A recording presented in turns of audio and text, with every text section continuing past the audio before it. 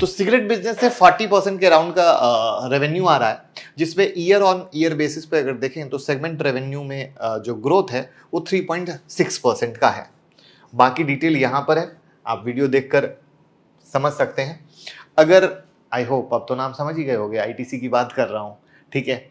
FMCG product में जाएं तो एक लंबी लिस्ट है आपके सामने।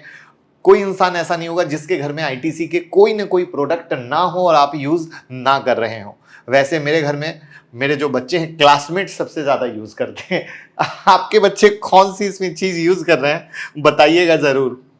वहां पर इस बिजनेस का अगर आप ग्रोथ देखें तो 2020 से 2024 तक 1.6x का एफएमसीजी सेगमेंट रेवेन्यू में ग्रोथ आया है, जो बहुत बेहतरीन एंगल पे आपको दिख रहा है।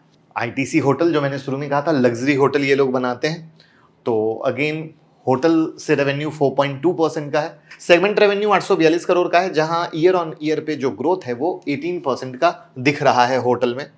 ये इनका एग्री बिजनेस है, जहां पर अगर आप रेवेन्यू 15.8% का है और सेगमेंट रेवेन्यू डाउन 2.2% का है। वहां पर पेपर बोर्ड और पैकेजिंग में जब हम जाते हैं तो 10% के करीब का रेवेन्यू आ रहा है, जो सेगमेंट रेवेन्यू में 9.7% का डाउन है। यहां पर दो सेगमेंट में आपने देखा कि इनका रेवेन्यू डाउन है, ठीक है।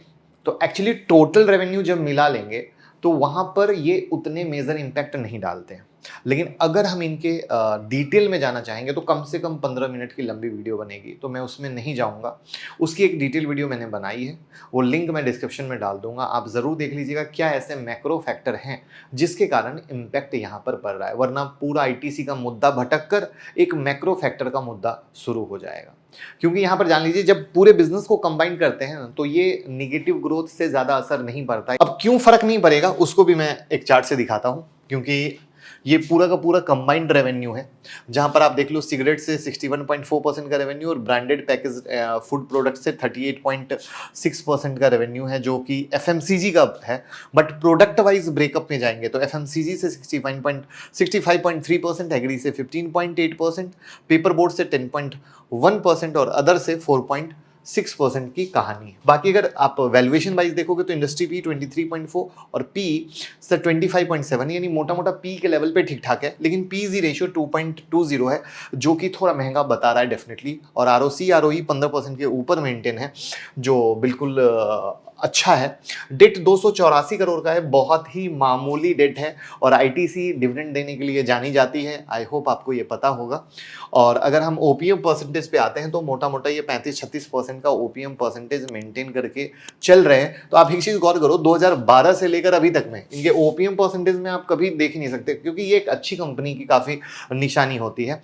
और नेट प्रॉफिट भी देखोगे तो बहुत अच्छे तरीके से ग्रोथ हुआ है।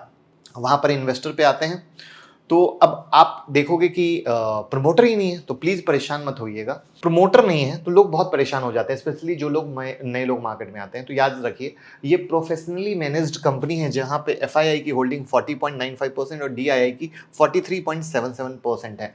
और ऐसी कंपनियों में कभी ये मत सोचिएगा कि प्रमोटर नहीं है तो कोई टेंशन है, बल्कि कंपनी अच्छी है और बहुत अच्छे तरीके से मैनेजमेंट हो रहा है। अगर सरकार की होल्डिंग देखें तो 0.04% है। बहुत बार आपने सुना होगा सरकार इस होल्डिंग को बेचना चाहती है, बट हर बार न्यूज आकर रह जाती है, और पब्लिक के पास 15.25% की होल्डिंग है। तो इस तरीके से आपने एक ग्रोथ फैक्टर को देखने की कोशिश की, जहां पर आईटीसी एक नेक्स्ट ग्रोथ हुक की तलाश में है, कैटलिस्ट की तलाश में, कि एक कैटलिस्ट मिले और वापस से चलो। तो क्या आपको पता है नेक्स्ट कैटलिस्ट कौन होने वाला है आईटीसी का? कमेंट में बताइएगा और शेयर कर दीजिए, प्यार दीजिए। Thank you.